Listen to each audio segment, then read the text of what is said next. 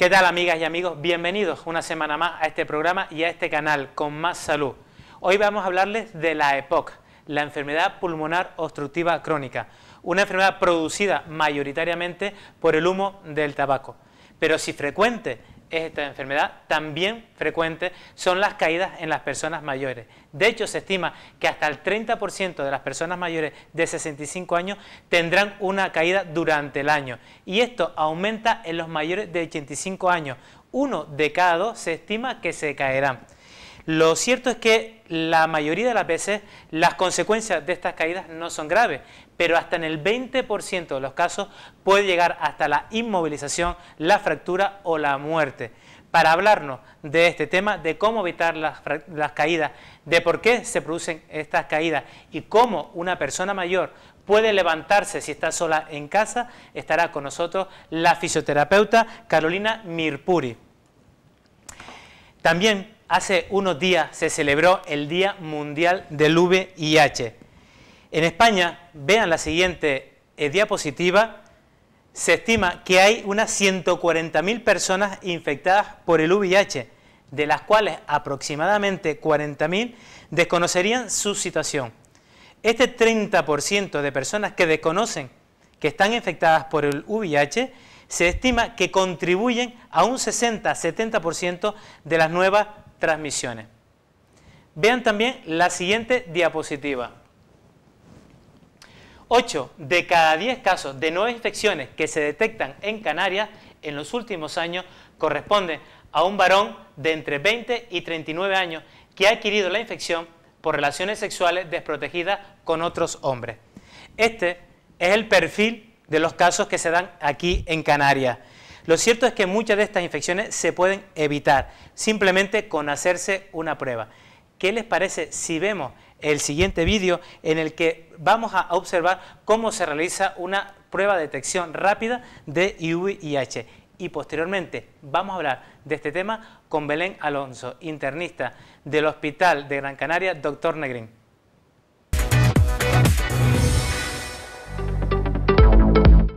El programa de detección precoz en saliva del VIH es un programa que está organizando la Dirección General de Salud Pública en colaboración con organizaciones no gubernamentales con la única finalidad de promover que la población diana de esta prueba se acerque con mayor facilidad a la realización de la misma. La prueba en principio es una prueba muy sencilla que no comporta ningún riesgo para la salud de la persona que la realiza y tan solo en 20 minutos vamos a conseguir tener un resultado reactivo o no reactivo para conocer en todo momento si hemos estado en contacto con el virus del VIH. Es una prueba muy sencilla, viene en 2 compartimentos completamente cerrados. En uno de ellos, que es este que voy a abrir ahora, vendría el reactivo sobre el cual la prueba va a funcionar y en segundo lugar abriríamos la prueba, que en todo momento le vamos a mostrar en primer lugar al usuario de que es una prueba que viene completamente no activada y que esta paletita que estamos viendo aquí, con mucho cuidado, se pasaría flotando por la zona superior de las encías y por la zona inferior y a continuación se colocaría en el reactivo y sería algo así. Una flotación muy sencilla, lo mismo por abajo y lo colocaríamos en el reactivo. El resultado de la prueba final va a arrojar siempre un resultado, ¿no? Es decir, puede ser no reactivo, es decir, no ha entrado en contacto con el virus del VIH, o reactivo, ha entrado en contacto con el virus del VIH. Pero siempre se le explica perfectamente al usuario que hay una cosa que se llama periodo ventana. El periodo ventana es el tiempo que debemos dejar transcurrir desde la práctica de riesgo hasta la fecha en la que nos hacemos la prueba y que salga 100% fiable. Y ese periodo de ventana es de 3 meses. Es decir, que si yo he tenido una práctica de riesgo hace un mes y me hago la prueba en el día de hoy, pasando solamente 30 días, el resultado puede salir negativo, pero eso no significa que esté fuera de riesgo.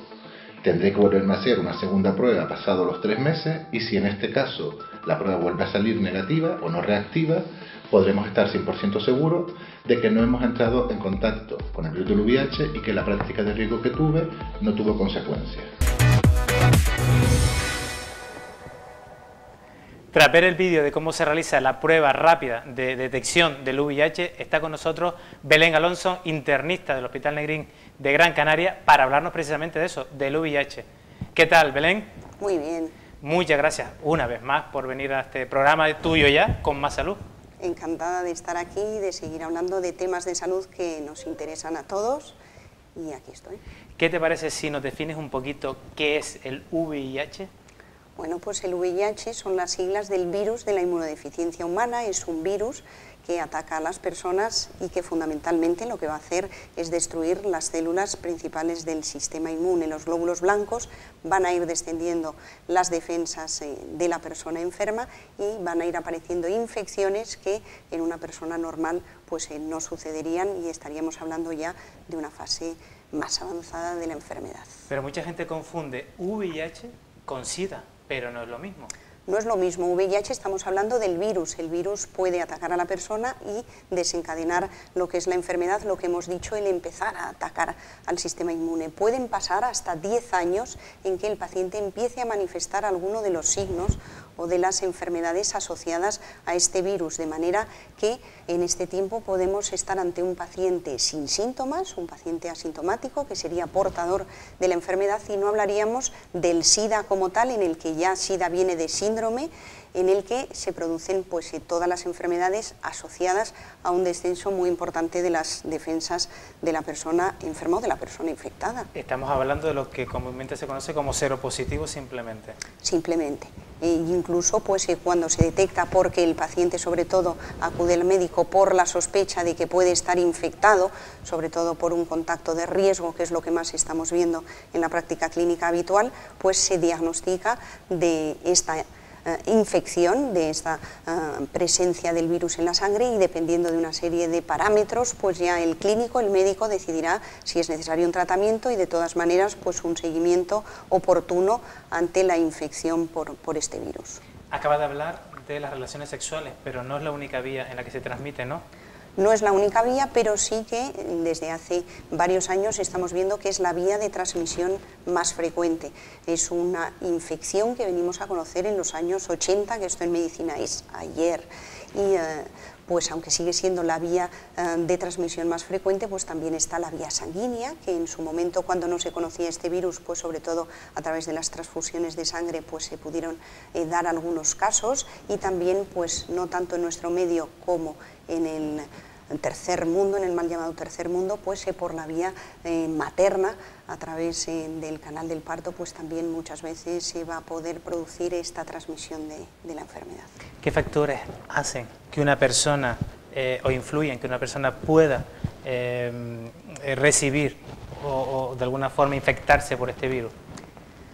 Factores pues de riesgo, sobre todo, y vamos a preguntar mucho y vamos a insistir los médicos cuando nos viene una persona, pues relaciones sexuales de riesgo. ¿Qué hablamos por relaciones sexuales de riesgo? Pues cuando se han mantenido con personas en las que pues la persona en cuestión que nos consulta no tenía filiación de ningún tipo, y se han mantenido por relaciones sin ningún tipo de protección, como podemos estar hablando pues de los preservativos o de otros medios barrera, pero sobre todo el preservativo para evitar pues el contacto de fluidos, y que estamos hablando pues de mucosas muy sensibles en los que es más fácil o hay más riesgo de que se produzca esta infección, esta transmisión de la enfermedad. Por ejemplo, en el personal sanitario, que están manejando pues agujas, curando heridas, pues siempre vamos a hablar de medidas de protección universal, como es el uso de guantes. Lo estamos hablando también pues a nivel de voluntarios, que seguro que muchas personas que nos están viendo de la zona pues se dedican a atender pues a personas enfermas. Estoy pensando en Cruz Roja o en asociaciones pues de acogida a personas pues menos favorecidas, y todo lo que sean pues heridas en las que esté un contacto de fluidos, pues tendremos también que tener mucha precaución, o personas que estén ayudando a otras que estén pues enganchadas a todo lo que son drogas vía parenteral, y que esto fue durante un tiempo, sobre todo en los 80, con el boom de las drogas endovenosas como la heroína, el no compartir agujas entre las personas que eran usuarias de estas drogas, y pues a todas las personas que se dediquen a ayudar a estas mismas pues tendrán que ir siempre protegidas para evitar lo que son pinchazos accidentales, que si quieres luego hablamos de ellos. ¿Y cuándo podemos decir o en qué situaciones no se transmite el VIH? Porque también es importante destacar cuándo sí, pero también cuándo no. Bueno, pues todo lo que no tiene que ver con las vías que hemos hablado, pues contactos de fluidos, de sangre, heridas, semen, pues lo que es exudando la salida de líquido de una herida, es decir, cuando al principio de esta enfermedad, y yo que me gusta mucho el cine, pues hay películas que hablan de ello, se consideraba una auténtica epidemia y miedo a lo desconocido, no se conocía nada bien cómo se transmitía esta enfermedad, ni quién podía ser portador, ni los test diagnósticos, ni nada, entonces había miedo incluso de tener contacto físico con estas personas. Se pueden dar besos a las personas que tengan la infección por el virus de VIH, se pueden compartir un montón de utensilios y la medicina no es más que sentido común, no compartiremos cuchillas de afeitar, no compartiremos cepillo de dientes, pero lo que es contacto de piel con piel, pues no hay ningún problema. Si ha tenido una práctica sexual, que es, como dices tú, el mecanismo de transmisión más frecuente, más del 80% de los casos, sean hombres que tengan relación con otros hombres o también en el caso de heterosexuales, ¿cómo sabré si me he podido contagiar o no del VIH? Porque yo creo que esto sí que es un tema importante. Un tema importante que interesa mucho, pues, a la población en general y que además es muy importante que sepamos que, aunque haya habido esa transmisión del virus de una persona a otra por el tema de fluidos que hemos recordado anteriormente, pues hay lo que decimos un periodo ventana entre 6 y 8 semanas en que la enfermedad no se va a manifestar en forma de solicitar un análisis rápido de VIH, que es lo primero o lo indicado que estaría en este caso. Te interrumpo, o sea, yo he podido tener una relación sexual de riesgo y porque me haga la prueba mañana y me salga negativa, no significa absolutamente nada. Exactamente, no significa absolutamente nada, lo tendrá que comentar con su médico de confianza, con su médico de atención primaria y, valorando el caso, pues es muy probable que se vuelva a indicar más adelante otra analítica para saltarnos ese periodo ventana que puede ser hasta de 2 meses. Por eso de 6 a 8 semanas habría que repetirse la prueba, pero en algunos casos hay que también esperar más o incluso alguno pudiera dar positivo de forma más precoz, ¿no? Podría dar positivo o incluso en algunos casos tenemos que volver a repetir este test si tenemos dudas, pues tanto en positivo como en negativo. Pero sí que es importante o interesante, y sobre todo en personas que son reincidentes en las prácticas de riesgo, pues de seguirlos en los siguientes meses, porque a veces estos contactos se repiten y no hay que confiarse por un resultado negativo inicial nunca si el contacto, como bien dices, ha sido de ayer o de hace una semana. Eso te quería insistir, porque una de las cosas por las que estamos hablando del tema del VIH en este programa hoy es porque se están detectando bastantes casos de transmisión en personas que creen que no tenían ninguna enfermedad y sin embargo lo están contagiando a otras. De ahí que se esté favoreciendo esta prueba de detección rápida y esté diseminada por toda Canarias ya, entre otros, ¿no? Sí, de hecho, pues en las personas más jóvenes, adolescentes, sí que estamos insistiendo mucho en el uso de preservativos, porque les queda a lo mejor más ajeno en el tiempo, pues cómo es la vía de transmisión, o están confiados porque saben que hay formas rápidas de diagnóstico, de tratamiento. En los más jóvenes insistimos mucho en la prevención, pero ya en los no tan jóvenes sí que es un poco el perfil del paciente infectado que no lo sabe, es aquella persona más varones que hembras que están en torno a la cuarentena, a los 40 años, que han tenido algún tipo de contacto, que no le han dado ninguna importancia porque pensaban que con la persona que han mantenido relaciones sexuales no estaba infectada, al final tienen el virus, no lo saben y pueden seguir teniendo contactos y seguir transmitiendo la enfermedad. Y es por ahí pues el interés de las autoridades sanitarias y de los médicos de que toda persona que sospeche que haya tenido pues una práctica de riesgo, pues que consulte a su médico y que se valore en función de, pues, de una serie de cosas, pues como fueron las relaciones, si no fueron de riesgo o todo lo contrario, pues el tomar las medidas oportunas. Detectar al que ha tenido ese contacto y no lo sabe. Hasta ahora, bueno, hasta hace un par de años podía ser una enfermedad mortal o si no, pues bastante incapacitante en algunos casos. Hoy en día ya se considera una enfermedad crónica porque los tratamientos han atajado esa mortalidad y las personas pues están tomando una medicación, eso sí, constantemente. Pero yo te voy a poner la situación ahora de una persona que es VIH negativo, o sea que no tiene la enfermedad, pero ha tenido contacto con una persona que es VIH positivo, lo sepa o no lo sepa, y qué puede hacer la persona para intentar no desarrollar o que el virus no termine de afectar a su cuerpo. ¿Hay alguna medicación que pueda usarse a posteriori de haber tenido, por ejemplo, una relación sexual de riesgo?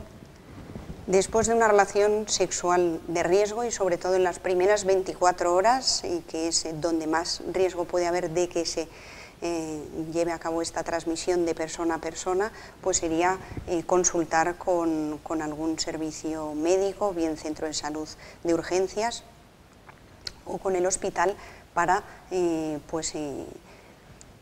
ser valorado su caso por el médico en cuestión al que estén consultando y le harán pues una serie de preguntas para saber muy bien cómo ha sido ese contacto de riesgo, porque en algunos casos pues muy bien explicado todo con la persona que acude a pedir consejo, pues puede estar indicada una profilaxis con tratamiento, que también hemos de decir que son fármacos y como fármacos no son inocuos, es decir, que hay efectos adversos, que puede haber complicaciones, que puede ser la medicación no bien tolerada, porque sí que vemos que en algunos casos las personas pierden el miedo absoluto a esta infección, saben que hay tratamientos, que es una infección crónica y no toman pues las medidas de prevención que debe hacerse, y la profilaxis no está indicada ni en todos los casos de riesgo, ni muchísimo menos pues que esto se convierta en una práctica habitual.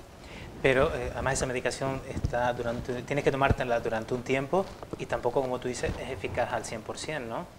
No es eficaz al 100%, lo más eficaz pues son las medidas de prevención, pues usar el preservativo, esa campaña de publicidad de hace unos años del póntelo, pónselo, es responsabilidad de las dos personas que mantienen el contacto, y además pues que hay que pensar que se pueden tener otros contactos y a la vez pues seguir transmitiendo la enfermedad. Hemos hablado de que los tratamientos son muy buenos, la enfermedad se convierte en una enfermedad crónica, pero no es una enfermedad que todavía a día de hoy curemos, sino que lo que sirve es para bajar toda la potencia del virus, dejar que no se multiplique y dejar a su vez que no ataque a estas células del sistema inmune, a los glóbulos blancos, de manera que el sistema inmune se recupera de estas personas y se comporta pues como el sistema inmune de una persona normal. Pero el virus sigue existiendo, el virus sigue estando ahí y hay una serie de riesgos, incluso pues a enfermedades crónicas derivadas de la medicación o enfermedades tumorales tipo linfoma que constituyen un riesgo en estas personas. Es decir, que aunque sean personas diagnosticadas a tiempo y bien tratadas, hay riesgos. Hay riesgo. Yo te voy a dejar ahora con una página web donde las personas pueden dirigirse, es Cero VIH en Canarias. Es una página web donde pueden ver mucha información sobre la situación actual del VIH en Canarias, donde realizarse la prueba rápida de detección en cualquier punto de las Islas Canarias. También aprender cuál es la diferencia entre, por ejemplo, el VIH y el SIDA, cómo prevenir la infección, que tú lo has tratado también bastante bien en este momento, y también muchísimas cosas más. CeroVIHencanarias.com. Belén, muchísimas gracias por acompañarnos una semana más en este programa Con Más Salud y por aclararnos muchas de las dudas que hay al respecto y sobre todo lo que has insistido en que se pueda y que se haga la prueba del VIH si están o han estado en situación de riesgo. Mejor prevenir que curar. Muchísimas gracias. Gracias. Y yo les dejo ahora con un vídeo en el que vamos a explicarles qué es la EPOC, la enfermedad pulmonar obstructiva crónica, una enfermedad básicamente producida por el humo del tabaco. La EPOC, enfermedad pulmonar obstructiva crónica, es una dolencia que inflama y obstruye los bronquios de forma progresiva y que constituye una de las causas principales de muerte e incapacidad. La EPOC se debe fundamentalmente al humo del tabaco, por lo que pueden padecerla tanto personas que sean actualmente fumadoras como que lo hayan sido en el pasado. En España, al menos 1.700.000 personas la padecen, pero solo una de cada 4 personas está diagnosticada, muriendo cada año 18.000 personas por esta enfermedad, aproximadamente el 10% de la población española. El problema es de tal magnitud que el coste económico del abordaje terapéutico asciende a los 1,5 millones de euros en España, lo que supone el 0,2% del Producto Interior Bruto español. La EPOC suele producir síntomas como tos frecuente, expectoración de moco blanco o de color oscuro, dificultad para respirar y limitación de la actividad física o de nuestras actividades diarias. A pesar de estos síntomas, suele pasar desapercibida, porque los pacientes suelen creer que es debida al tabaco, o simplemente que es normal por la edad y no pensar que es algo más importante, de tal forma que según un reciente estudio, únicamente un 17% de los españoles identifica esta enfermedad. Esta es una de las razones por la que la EPOC es una enfermedad infradiagnosticada. De hecho, así sucede con el 75% de las personas que fuman. La enfermedad es progresiva y puede comprometer seriamente su salud, por lo que cuanto antes se diagnostique, antes se iniciará el tratamiento y los beneficios serán mayores. La confirmación de padecer EPOC se hace midiendo la función pulmonar con una prueba llamada espirometría, que detecta si hay obstrucción en los bronquios. Por ello, si usted tiene más de 35 años, es o ha sido fumador y tiene estos síntomas, puede tener EPOC y debe acudir a su médico y solicitar una espirometría. Para detener la progresión de la enfermedad, lo más importante es dejar de fumar. Nunca es tarde para dejar de fumar. Los fármacos inhalados usados en la EPOC, aunque no detienen la enfermedad, también son muy útiles para el alivio de los síntomas. Mejoran las actividades de la vida diaria, previenen las agudizaciones, evitan ingresos hospitalarios y proporcionan una mejor calidad de vida. También es importante la práctica de ejercicio físico y evitar el sedentarismo. Otro aspecto a tener en cuenta es que cada vez más mujeres padecen esta enfermedad, debido al aumento del número de ellas que se han incorporado al hábito de fumar, ya que son más susceptibles a los efectos nocivos del tabaco. De hecho, se estima que las mujeres que fuman tienen 13 veces más probabilidades de morir a causa de la EPOC que las no fumadoras.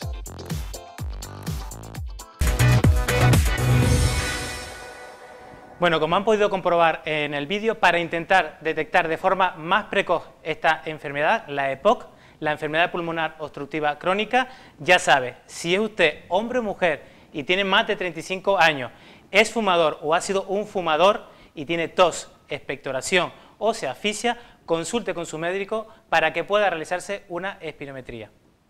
Seguimos ya con nuestro siguiente tema, con nuestra siguiente invitada, que ya está aquí conmigo, Carolina Mirpuri, fisioterapeuta, para hablarnos de un tema muy importante como es la prevención de las caídas en las personas ancianas. ¿Qué tal, Carolina? Hola, Pedro. Encantada por la invitación. Muchísimas gracias por venir y por hablar de este tema que es no solamente importante, sino preocupante, sobre todo cuando nos toca de cerca. Sí, cada día hay más ancianos que se caen, no saben los motivos por el que se caen y es importante informarlos y que sepan que pueden disminuir esas caídas. ¿Por qué es tan importante ese tema? Bueno, pues porque hay estudios que demuestran que es la quinta causa de muerte en ancianos y las consecuencias de una mala caída. Todo es por una debilidad de la musculatura o por una falta de coordinación y equilibrio, y donde los fisioterapeutas es un campo de actuación donde podemos ayudar mucho a estos ancianos. Como tú dices, la fisioterapia es importante porque algunos, y por eso es por lo que también les hemos traído a ustedes aquí, algunos piensan que los fisioterapeutas nada más que son para dar masajes. No, menos mal que no, y poco a poco yo creo que la sociedad va cambiando un poco y pensando que el fisioterapeuta tiene muchos campos de actuación, y en este caso a los mayores los podemos ayudar mucho. Es más, existen los centros de mayores donde cada día hay más fisioterapeutas, se hacen actividades fuera donde colaboran fisioterapeutas, y entonces yo creo que la cosa va cambiando. ¿Qué factores influyen en que una persona pueda tener más riesgo de caída? Bueno, hay muchos factores, pero entre todos los que hay, haciendo un resumen, tenemos el sistema locomotor, que viene a ser como nuestro hueso y nuestros músculos. Exacto, una deficiencia por ejemplo, un juanete, que pasan los años, se deforman los pies y hay un riesgo a caer, ¿no? Alteraciones visuales, cataratas, problemas visuales, grandes faltas de vista. El sistema de equilibrio y la coordinación, porque cada vez que se mueven menos desplazamos el centro de gravedad y ellos se sienten que dicen que van caminando y van perdiendo la noción. El sistema neurológico, como son las afectaciones de Parkinson, Alzheimer, toda la gama de la neurología en el anciano. Enfermedades crónicas que pueden ser una insuficiencia respiratoria, una insuficiencia cardíaca, estoy cansado, no camino, no puedo respirar bien, me siento y cada día camino menos. La misma enfermedad que acabamos de nombrar, la EPOC, ¿no? La misma, muy Por importante, ejemplo. sí, exacto. Las enfermedades agudas, las gripes comunes que pasan todos los mayores y que dicen, no, yo no voy a caminar, no voy a hacer nada hasta que no se me cure la gripe. Eso conlleva a una deficiencia del tono muscular, a una inmovilidad y a riesgo de caídas. Y la polifarmacia, que va dirigida a, cada día yo creo que nos automedicamos ellos, nosotros y todos, y entonces el uso excesivo de fármacos hace que aparezcan esos riesgos de caída. Claro, porque tenemos más riesgo de tener efectos secundarios y además las interacciones de unos medicamentos. No, y a veces yo creo que la dosis, ellos cambian en la toma de dosis, ellos dicen, no, me da que me tenía que tomar 2 pastillas por la mañana, pero no, me voy a tomar las 2 de la mañana más la de la tarde porque se me olvidó. Eso me recuerda a veces cuando, por ejemplo, se toman 2 dosis de una pastilla para la tensión, al final termina bajándose un poquito más la tensión. Y se queda con una hipotensión, y una hipotensión en una persona. En nosotros es peligroso, pero en ellos es súper peligroso. Mayor riesgo de caída. Mayor riesgo de caída, exacto. Aunque lo comenté un poquito al principio del programa, ¿cuáles son las consecuencias de una caída en una persona mayor? Pues las consecuencias de una caída van desde lo más importante, vienen a ser fracturas, luxaciones y esguinces, que es lo que vemos habitualmente, y como muestra la imagen, sobre todo las fracturas vienen a estar dirigidas en antebrazo y a nivel de las caderas, y esguinces y luxaciones donde se preste en el momento de la caída, por esa deficiencia ósea que presentan los mayores. Además de esto pueden aparecer estados de ansiedad, de depresión, de apatía, no quiero salir, me siento solo. El miedo también, el miedo, ¿no? se suman muchas cosas y eso es lo que producen, esos son uno de los factores que tenemos ahí que cuidar mucho, sobre todo porque las fracturas, luxaciones y esguinces mal curadas conllevan a inmovilización y de ahí ya no salen de ese círculo vicioso de... Porque eso va debilitando cada vez más los músculos, ¿no? Claro, entre otras cosas. Claro, y porque ellos piensan, no voy a caminar porque si camino me voy a caer, me voy a fracturar otra vez y esto va a conllevar al mismo ciclo. Entonces dicen, yo estoy mejor sentado en casa que caminando. Es verdad que te lo refieren de esa forma. Como estás diciendo. Exacto. Ellos dicen, no, yo mejor estoy sentada en casa. Y si puedo, camino un poquito, pero muy poquito. Ellos no ven más allá de hacer actividades grupales o hacer una fisioterapia de entrenamiento o incluso ya lo que estás comentando, que quedarse en casa, lo que evita que se relacione con otras personas. Claro, y yo creo que eso lo saca de lo que es el ámbito social, es decir, el relacionarse, el saber en qué día están, en qué fecha están, en qué está pasando a su alrededor. Los inhiben tanto que muchas veces llegas con ellos y le dices, ¿qué has hecho hoy? Ay, pues te puedes creer que no sé lo que hice. Y entonces tienes que empezar a hacer memoria para que te digan qué es lo que han hecho y si han caminado o no han caminado, han salido a pasear, han ido a alguna actividad en concreta. Muy importante. Y después que parece que no, pero al final tenemos menos cosas que contar. Porque como no salimos, claro, no nos relacionamos... Exacto. Y después te dicen, lo mismo de siempre, mi niña. Lo mismo de siempre. Pero seguro que podemos hacer mucho para evitar estas caídas en las personas mayores, ¿no? Sí, yo creo que lo importante es que nos tenemos que levantar poco a poco, ¿vale? Las zonas de paso deben estar libres, debemos utilizar un buen calzado antideslizante, prohibido chanclas, meter los dedos en las zapatillas. Hay que colocar barandas en escaleras y dentro de los baños las agarraderas. Prohibidísimo el uso de escaleras o de banquetas, que las zonas de la casa estén bien iluminadas para que ellos no tropiecen y se caigan. Incluso por la noche a veces puede ser necesario dejar alguna luz encendida. Sí, sino también ahora están los sistemas estos de que se pueden hablar con las familias, a los familiares que se los coloquen, que tú pasas y la luz se enciende por sensor de luz, entonces ahí previenes un montón, se enciende la luz, tú sí, y después se apaga, no te tienes que preocupar en que la luz se queda encendida. y sobre todo si ellos no se sienten seguros, el utilizar un andador o andadores o bastones no genera peligro ninguno. Entonces, si ellos se sienten seguros con bastón o andador, que lo utilicen. Lo más que genera, a veces que me he visto yo mucho en la consulta, es que genere vergüenza. Claro, el yo creo que bastón, es un ¿no? problema social, es porque ellos piensan, me ven con bastón y eso quiere decir que estoy enfermo y que me pasa algo. Y no, es decir, el bastón es una ayuda técnica y los pueden utilizar en cualquier momento para prevenir caídas. ¿Qué te parece si enseñamos ahora a una persona mayor que se encuentre solo en casa y que se caiga? Vale, vamos a poner las imágenes, ¿vale? Si estamos en casa, nos tropezamos y nos caemos y nos quedamos boca abajo, o boca arriba, depende, ¿vale? Pues si nos quedamos boca arriba, nos vamos a girar, nos vamos a poner boca abajo y vamos a rodar sobre nosotros mismos hasta que nos quedemos boca abajo.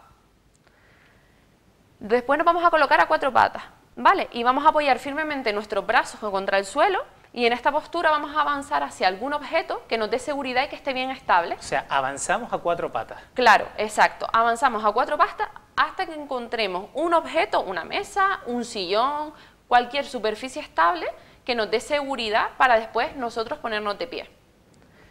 Después vamos a apoyarnos firmemente con las manos y nos vamos a impulsar con una pierna, ¿vale? Y una vez incorporado, ya nos podemos poner de pie manteniendo un punto de apoyo. Es importante que no tengamos mareos, que no nos duela nada. Si nos duele algo, avisar a la familia por si nos tiene que llevar al médico, porque a veces decimos, nos caímos, no contamos a nuestros familiares, a los mayores no cuentan a sus familias que se han caído y llegan a la consulta y te dicen, no, es que me caí ayer. Y se lo dijiste a tus hijos, a tu yerno, y me dice, no le he dicho nada. Importante. Ya que no me dices eso, Comunicar. Es importante porque no solamente, a lo mejor en ese momento puede que no tenga una consecuencia, pero sí semanas posteriores o días posteriores puede tener alguna consecuencia de algún tipo, como por ejemplo un trastorno de conocimiento, sí, que la persona empieza a decir disparate, y si nosotros hemos podido saber que existe un antecedente de caída, eso darnos muchas pistas de cara a lo que pueda estar pasando. Claro, claro, y no es eso, sino una simple, hay que pensar que ellos tienen una debilidad en su sistema óseo, ellos piensan que no se han hecho nada y simplemente a lo mejor va después al médico, le hacen una placa y dicen, pues mira, tienes fisura en muñeca o fisura en antebrazo, o te luxaste el hombro o un E15 de muñeca. Y es importante que comuniquen que se han caído para que las familias estén pendientes de eso.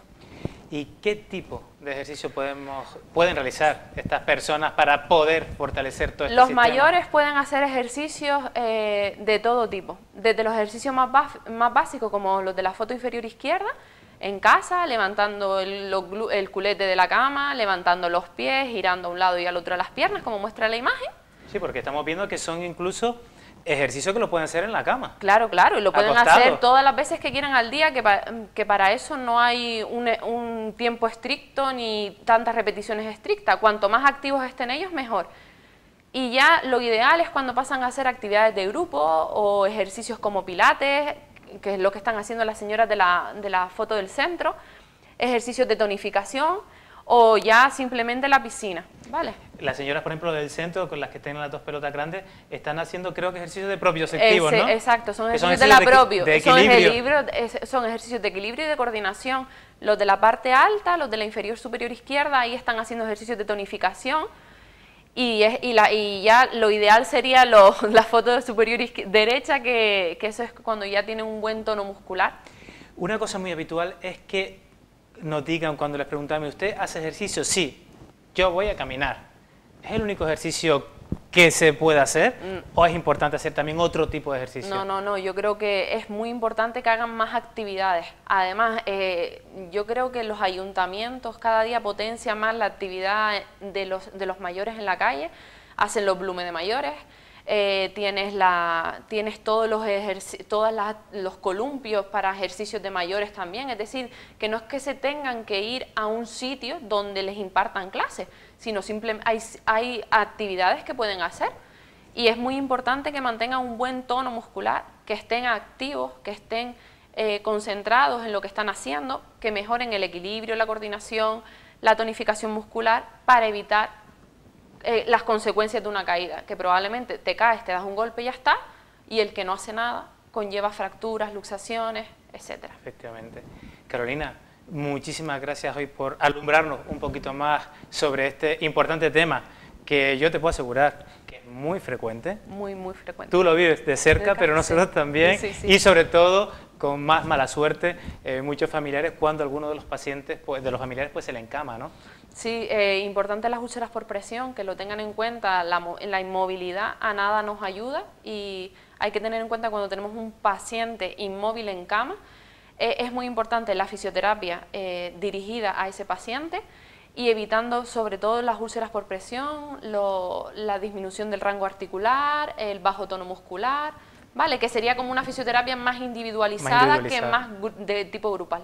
Pero bueno, hay una cosa que me ha gustado y es que incluso en cama se puede hacer ejercicio. Sí, sí, eso es súper importante. El que diga que no puede hacer ejercicio, eso es mentira. Miente como un bellaco, ¿no? Exactamente, exactamente. Bueno, pues esperemos que hoy a las personas pues les haya gustado este tema que nos has dado y puedan estar un poquito con más salud. Sí, a ver, espero que les haya servido para mejorar, sobre todo, y que no les pasen fracturas ni tengan caídas tontas de estas que después generan consecuencias. Muchas gracias, seguro que más adelante te volvemos a ver en este programa. Muchas gracias a ti, Pedro. Bueno, y con el programa tan interesante que hemos tenido hoy, les espero la semana que viene en este mismo canal y en este mismo programa con más salud y durante la semana en las redes sociales que lo pueden ver aquí debajo. Muchas gracias.